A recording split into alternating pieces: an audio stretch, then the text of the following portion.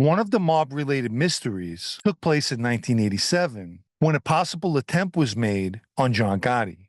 This incident took place on April 29th, 1987 at around 3:30 p.m.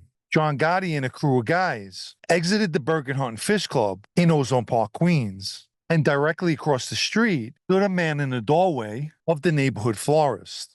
At some point, he took a gun out, fired in Gotti's direction, and then ran. The bullet didn't hit Gotti, or anyone else for that matter. Nevertheless, the crew of guys chased the shooter down 101st Avenue, and someone shot him in the ass. He was also beaten and tossed into a waiting car, all according to 4 eyewitnesses.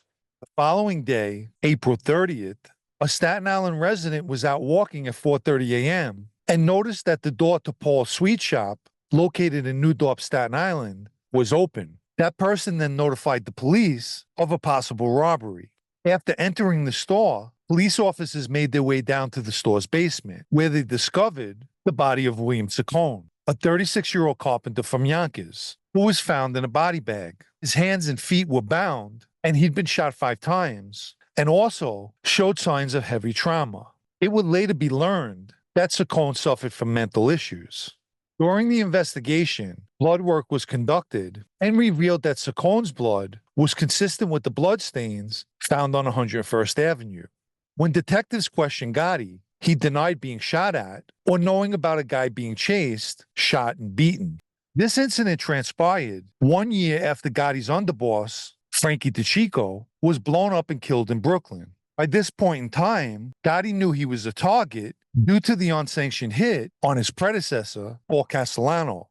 Of greater significance was the fact that the building and the candy store was owned by longtime Gambino member Joe the Cat Lafort, and the store was run by one of his sons. According to the testimony of Dominic Fat Dom Borghese, Gambino associate Joe Watts questioned Saccone in the store's basement before firing the fatal shots.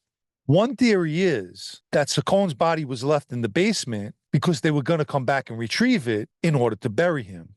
However, if this was the case, then why leave the store's front door open, which ultimately led to the police getting involved?